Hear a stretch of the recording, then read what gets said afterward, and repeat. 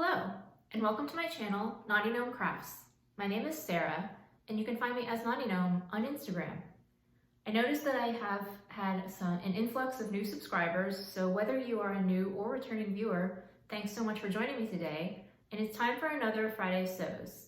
If you are unaware, Friday Sews is the hashtag that was started by Jen of Today in Jen's Sewing Room, and I will link her channel below in the description box. And it's just a little bit of chat where I talk about my week of sewing and things I've been working on. Before we get started, I am wearing a Madewell cardigan that I got a few years back, and I'm also wearing my Pattern Scissors cloth Galaxy tee out of this rayon jersey. It has a nice little puffy sleeve, and that is my outfit for the day. So I have quite a few things that I finished last week to talk to you about. So the first one that I'm going to get into is what I was working on last week, which was my Celine Jumpsuit by the Fabric Store, which is a free pattern, and I used a pinstripe linen that I got from Style Maker Fabrics. And I finished my jumpsuit, and it turned out so well. I'm really happy with it. I made the size 0/2, which is the smallest size, and it has a finished bust, waist, and hip of 40 inches, but of course with the elastic that draws in the waist to fit you. And it has inseam pockets. It's just a bit wrinkly now because I just washed it, but I actually wore this on Sunday to a gathering that my friends were having outdoors, and everybody really liked it. It was a big hit, and it was just so incredibly comfortable. I did insert a sew-in snap here to help keep the top closed, and I will insert pictures of me wearing the jumpsuit. I'm incredibly happy with the fit and how it turned out in the back. The crotch fit is really good, and the length is good of the rise, so it doesn't ride up or anything. It's just very, very comfortable. And I am a total convert. I absolutely love this jumpsuit, and I'm obsessed with the idea of making all the jumpsuits. And although right now in the month of June, I am doing a no-buy of patterns in fabric, but I've been searching on the internet and I found a pattern that I want to buy as soon as I can in July, and it's the Ready to Sew Jazz Jumpsuit. Now what I like about this pattern is it's one of those mix and match patterns that comes with several different bodice options and several different bottom options, and you can mix and make so many different varieties. I think it was something like over 80 combinations of jumpsuits or dresses or rompers. And the reason that pattern appeals to me so much is that because pants fitting is a little bit challenging for me, I could fit, there's 3 different styles of pants. There's a wide leg, a tapered leg, and a short. And I could, once I get those bottoms to fit me properly, I could make so many different styles of jumpsuits just by mixing and matching the different tops, and get a lot of different looks from just one pattern. So I definitely think I'm going to be purchasing that pattern when I can. I'm very, very excited about making and wearing more jumpsuits because I really do like them. I think they're going to be a wonderful summer staple. So the next thing that I made was New Look 6483. It was part of my plans, and I made this view with the tank top with a square neck. And I made a size 8, and I did a small bust adjustment. Now I've done small bust adjustments in the past, but I just haven't done them very frequently, mostly due to laziness. But I went ahead and I did a small bust adjustment on this pattern. And I used a leftover piece of rayon linen fabric. It's a slub fabric that I got from a needle sharp box, and there was just about a little under a yard left over. And I used the rest of it up in this top. It has an all-in-one facing, and it has a center back seam, and you're supposed to have a button closure, but I found that it was not necessary for me to get the top over my head, so I just sewed up the center back seam and the facing. And I left in the center back seam because it is shaped. It's not completely straight. There's a little bit of shaping to fit your back. And I followed the directions for creating this top, but I found them to be a little bit irritating as far as the shoulder seams. It was a little bit difficult to do the shoulder seams, and then you have to hand stitch the shoulder seam facing because it's an all-in-one facing. So the next time that I make a top like this, I will definitely try the burrito method. But for now, this was fine. And I don't know if you can tell or not, but on this top, the dart has disappeared because with my small bust adjustment, I did need to sew the dart. And so, I mean, it's not a big deal to me to sew darts, but it's just one less step that I had to do. So that was actually kind of nice. The adjustment was very easy to make. I followed the tutorial on the Helen's Closet blog for how to do a darted small bust adjustment, and I will leave a link to that in the description box in case you're interested in how to do that.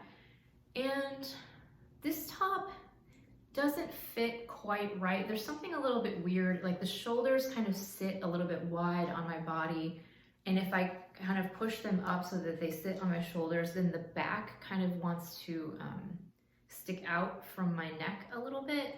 And I'm not quite sure how to adjust that, but I do think that if I were to make this pattern again, I would need to look into, do a little bit of fitting work just to get the neckline to fit me properly. But this is a nice top, and I won't insert a picture right now, but I will be inserting one a little bit later so you can see what it looks like on. So after finishing the new look top, I went ahead and since I had green serger thread like in my machine, I went ahead and did the True Bias Nikko top. This was also on my plans list, and I used this bamboo rib knit from Blackbird Fabrics. I think the colorway is called Peacock, and it's a little bit hard of a color to display on camera. It's a little bit of it's green, but it's sort of a bluish green. And actually these two tops are fairly similar in color.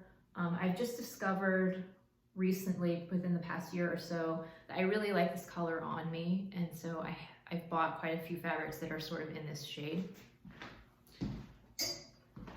So the Nikko top, I've made the dress version of this in the past, and I made it out of a ribbed sweater knit that was very thin.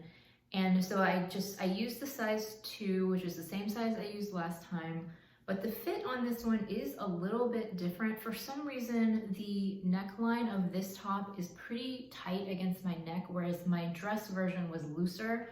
And so it is quite of a fitted turtleneck style. It's a mock turtleneck, but it fits really closely on my neck. And it's a little choky. It's not my favorite. I do think that I'll still wear it, but if I were to make this top again in the future, I would probably try to deepen the neckline a little bit and make this piece a little bit looser just so it doesn't hug my neck quite as much. And also, I have an extremely short neck, and this comes up really high. So I would also consider lowering this piece so that it's not quite so tall on my neck also. But other than that, I do think that I will wear this tank. It's gonna go with a ton of things in my wardrobe, and it was super easy to put together. It's just a nice basic tank top if you're looking for that in your wardrobe.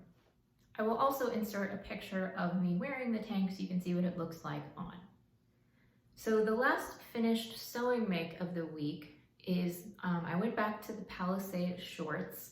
A few weeks ago in one of my Friday sews, I was talking about I had put together the pattern for the Palisade pants, which is a Papercut patterns design. And I saw at the time that I was gonna need to do a lot of pattern work to get the pants to fit me, because not only did I need to do a lot of work on the crotch fit, but I also measured and found that the size that I had cut out was going to be too tight in the thigh and in the calf, and I needed to shorten it quite substantially. And so at the time I was like, this is more work than I want to deal with at the moment, so I put it aside. But after finishing the Nikko top, I decided to go back to that pattern and make the shorts, because at least with the shorts, there's less adjustments. You know, I don't have to worry about fitting the legs per se. It's just really the crotch fit that I need to fix. So I made a pair of Palisade shorts, and I used this 8-ounce linen canvas that I got from fabricstore.com, and I bought it way back in like 2013, I think. And I had used a small piece of the fabric to make a purse that I don't even have anymore, but the rest of it had just been sitting in my stash. So I ended up making, as I said, extensive adjustments to the crotch fit to get it to fit my shape. But I've done that adjustment quite a few times now, and I feel like I'm starting to get the hang of it. And I am incredibly happy with the way that these shorts fit. And so I'm gonna put some pictures in of me wearing the shorts with the new look top so you can see what the whole outfit looks like. But yeah, these have an elastic waist in the back, and they have a little bit of a flat front, but the elastic does start on the front here with the panels. And it's got these really unique and interesting angled pockets on the side panel. And I will say that because the design has the leg in 3 pieces, that it was a little bit challenging to figure out how to make the crotch alterations that I needed, but eventually I did get there. And like, as I said, I'm super happy with the fit of these shorts. I was a little bit concerned that this is an 8-ounce linen, like I said, and it's heavier, and it's still like a medium weight fabric, but it is heavy for linen, and I thought it might be too bulky, but actually I really like the weight of these. I think that they're gonna be perfect as shorts. And these are definitely going to replace the Simplicity 1887 shorts that I made a few months ago. That there was just something, the elastic, the construction of it went wrong, and the elastic was just way too tight. And every time I put those shorts on and off, I have to struggle to get them over my hips, and they're just not comfortable. So these shorts are gonna replace that in my wardrobe, and I'm sure that I will wear these a lot. So I liked these shorts so much that I do really want to make the pants. And so I was thinking about it, and I haven't done this yet, but as I had said in the beginning of all of the adjustments that I needed to make to get the pants to fit me, what I think I'm going to do instead is just trace out my modified shorts pattern and then just draft legs down from the shorts, because I think it's going to be easier to just draft new legs that fit my measurements and my proportions rather than trying to work with the original pattern and do all of the slashing and spreading that I would need to do for my calf and all of that. Sometimes I think it's just easier to draft your own from your measurements from the beginning. So I'm not a complete novice at drafting my own patterns. A few years back, I was a member of Craftsy Unlimited, and so I watched a lot of drafting classes, and so I get the general idea, but I'm not super experienced in it. So I have some idea of what I'm doing, but it's not like I'm an expert or anything. So I'm really curious to see how that will go.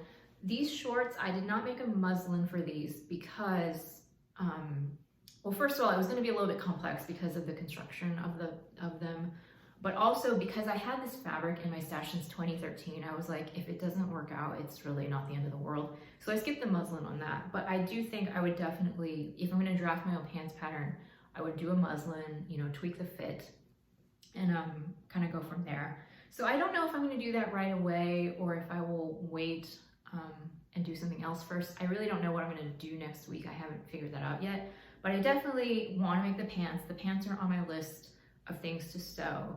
And these, the instructions for this were actually, it was kind of fun in a weird way because I've made a lot of pants, but the way that these are put together is really different from other pants that I've made. The construction order is just a little bit different, and all the pieces go together in sort of a unique way. And so I actually had a lot of fun constructing these, and that's kind of another reason why I would love to do another pair. So that is all of the sewn things that I've made this week. And let me just grab the finished knitted item that I have to show you. So I am incredibly happy to report that I have finished my diamond stitch sweater. I've been working on this sweater since September of 2020, and I did put it down for a few months where I wasn't knitting at all. So it's not like I've been working on it constantly that whole time, but it has been on the needles for quite a long time, and it is done. This is made out of Jill Draper Makes Stuff Esopus, which is apparently now a discontinued yarn. I had bought this yarn in 2015, I think, at my local fiber festival, the Finger Lakes Fiber Festival, and I bought 3 skeins. The pattern is the short sleeve diamond stitch pullover from Vintage Knits by Sarah Dallas. It's one of the first knitting books that I ever bought. It was published in 2002.